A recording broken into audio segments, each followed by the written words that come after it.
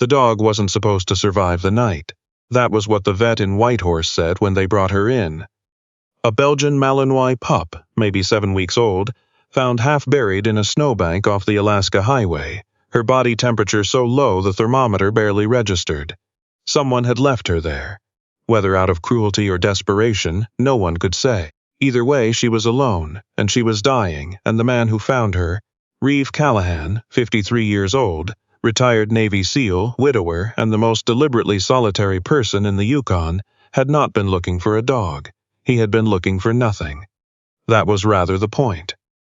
Reeve had moved to the Yukon 11 months earlier, after selling the house in Victoria that he and Donna had shared for 22 years. The house had been full of her reading glasses on the kitchen counter, the dent in her pillow he couldn't bring himself to fluff out, the way the afternoon light came through the back window, at exactly the angle she used to say, made the whole room feel like a painting. He couldn't sell the light, but he could leave it behind. The cabin outside Marsh Lake had belonged to a hunting buddy who'd moved south for his wife's health and didn't want to rent it out to strangers. Reeve was not a stranger, but he was close enough.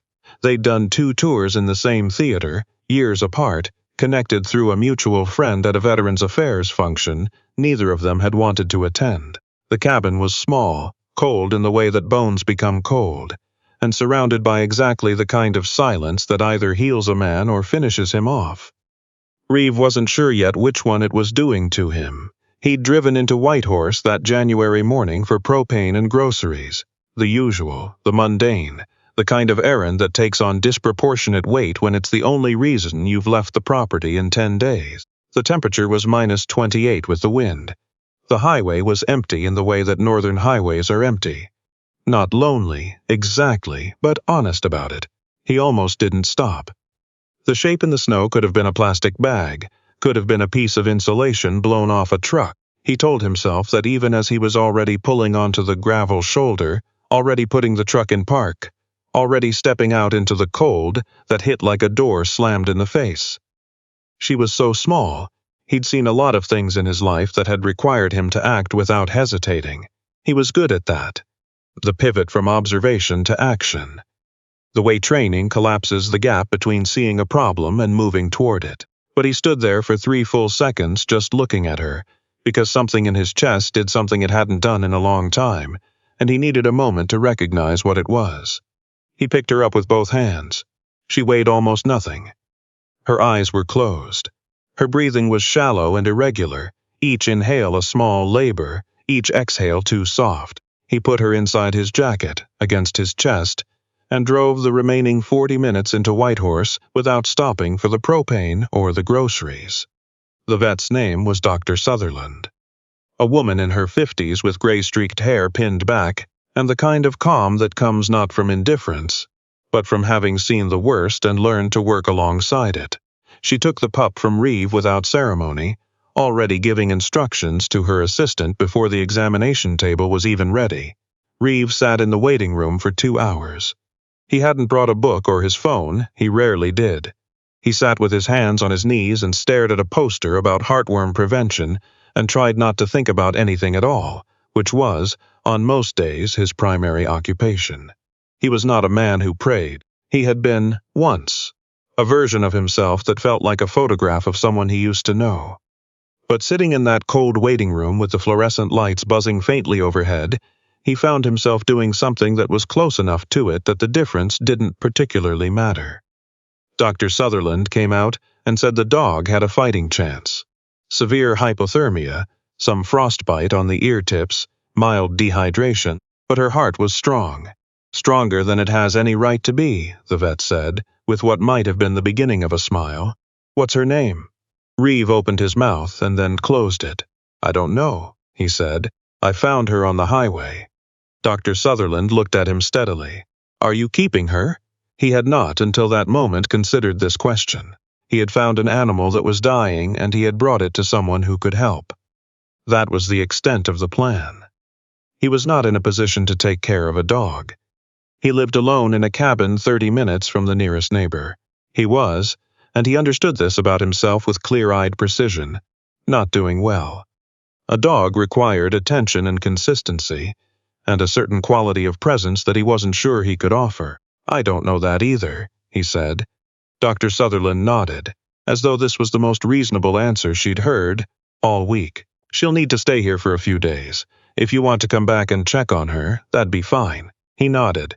He paid the deposit. He went and got his propane. He came back the next morning. He came back the morning after that, too. On the third day, the pup was awake. She was in a warming enclosure in the back, a small IV line in her foreleg, her eyes open and blinking with the slightly affronted expression of an animal that had been through something undignified and had not forgotten it. When Reeve came into the room, she looked at him, not at the technician, not at the door, at him directly. He pulled a stool close to the enclosure and sat down, his forearms on his knees, and looked back. "You're still here," he said. She made a sound. Not a bark, too small for that, too imprecise. More like a comment, a single syllable of displeasure or acknowledgement or something in between, delivered with the confidence of an animal that had apparently decided she had opinions worth voicing. The technician, a young man named Reeve had already forgotten, laughed from across the room. "She started doing that this morning, just talks at whoever comes in." Reeve looked at the dog. The dog looked at Reeve. "Yeah," she said again, more or less. He drove home that afternoon and stood in the cabin for a long time looking at nothing. The silence, which had been a comfort and a punishment in approximately equal measure for 11 months, pressed in around him the way silence does when you've just left somewhere loud. Except the vet's office hadn't been loud, the dog had been barely louder than a whisper. He called his daughter that night. The first time in 3 weeks.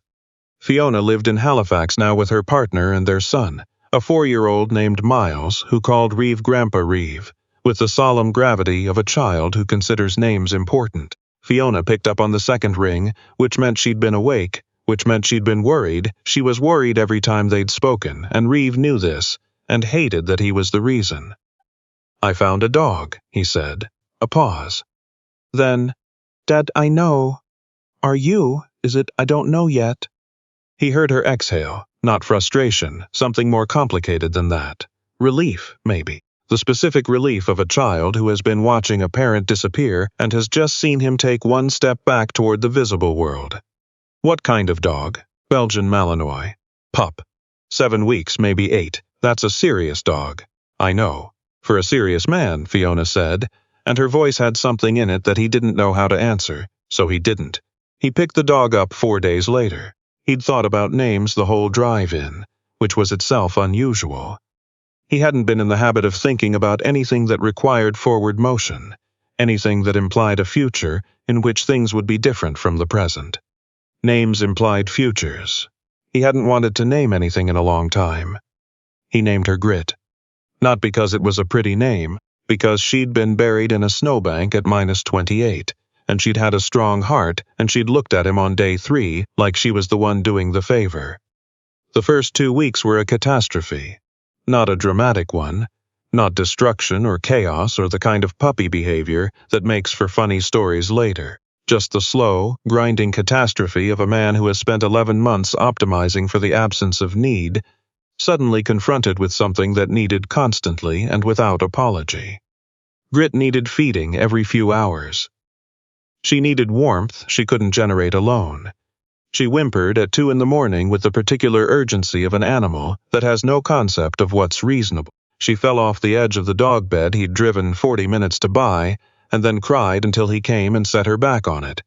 And then she fell off again, and he sat on the floor next to the bed for an hour just to break the cycle. He was not sleeping. He was already not sleeping. That had been the case for longer than he wanted to count. But now the not sleeping had a reason and a sound, and something about that was different, harder in some ways, easier in others, in ways he couldn't explain. He found himself talking to her. This was not something he had planned. He was not a man who talked to animals, not because he thought it was foolish, but because he hadn't been talking to much of anything for a while.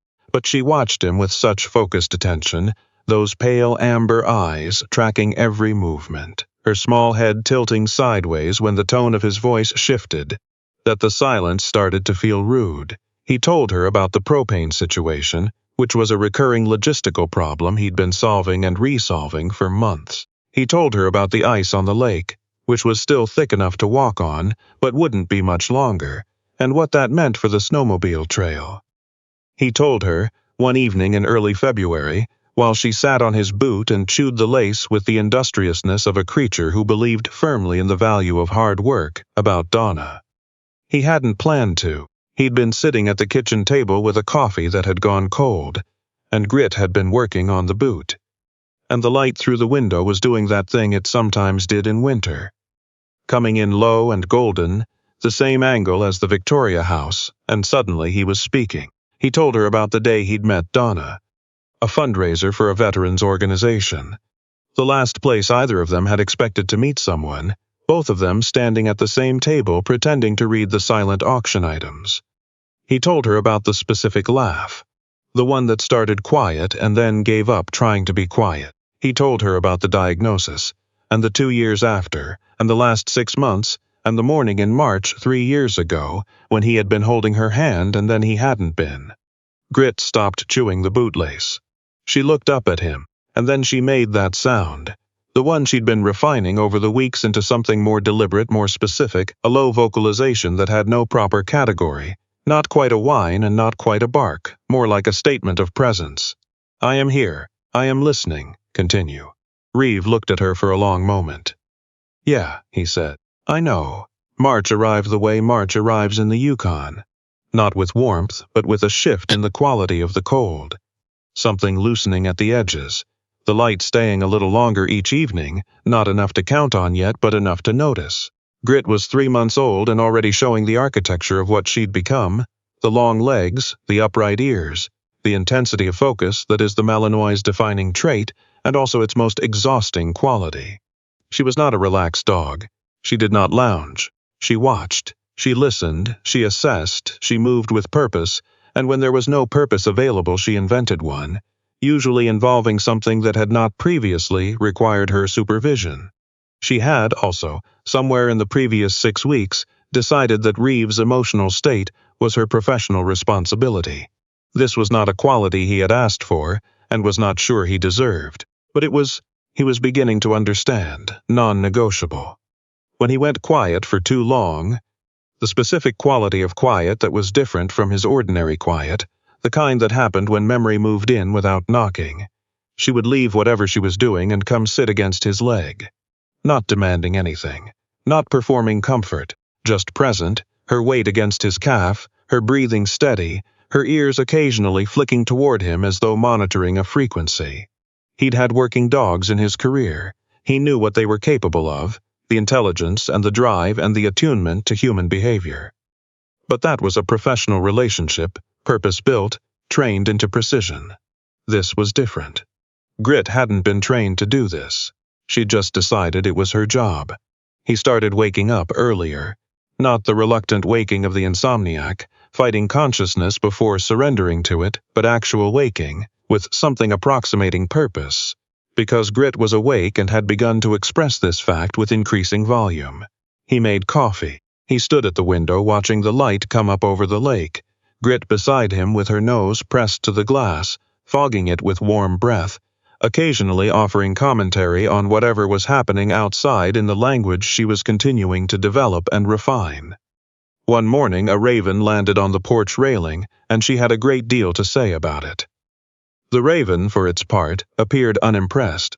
Reeve stood back and watched the negotiation with something he eventually recognized as amusement, which was not a sensation he'd experienced in long enough that it took him a moment to identify it. He called Fiona that afternoon. "I laughed today," he said. A pause. Then, carefully, "Yeah, raven situation." Grit had opinions. He heard something catch in Fiona's voice that she covered quickly. "She sounds like a force of nature. She's something, Dad." She stopped.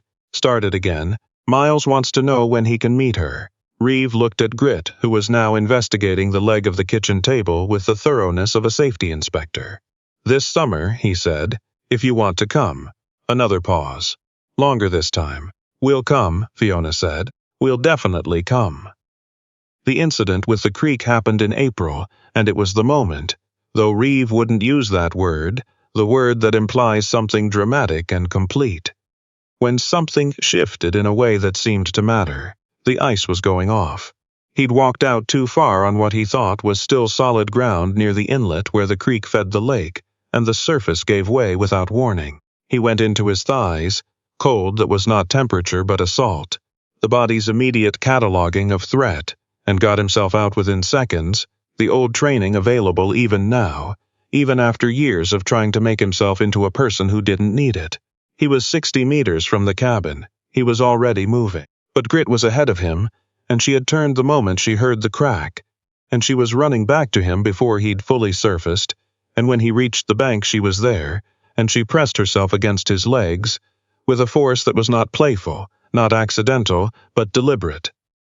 Grounding, as though she understood that what he needed in that moment was not comfort exactly but contact. Something solid, something that stayed. He stood on the bank in soaking trousers with his hands in her fur and his breathing hard, and the cold coming off him in the way cold does when it's been that deep, and he said, "Okay," which was not directed at her or at anything in particular. Just said it. Okay. That night he sat by the wood stove and she slept against his side with her paws twitching in whatever dogs dream about, running, probably, or ravens. And he sat awake but not in the way he usually sat awake. Not fighting. Just present. He'd been treating the Yukon like a place to disappear into. He understood that. He had come here because the Victoria house was full of Donna, and he had needed somewhere empty, and he had found it. And for 11 months he had sat inside the emptiness as though it were a punishment he was still serving the sentence for, though the crime and the judge and the terms of release remained unclear to him. Grit snored softly. He reached down and set his hand on her side, feeling the rise and fall. He was not fixed. That was not how this worked, and he knew enough about himself and about grief to avoid the seduction of that word. But something was different. He was eating regularly now, which had been irregular before. He was sleeping in 4-hour stretches instead of 2, which was not enough but was more. He had called Fiona without being in crisis, which had not been the pattern.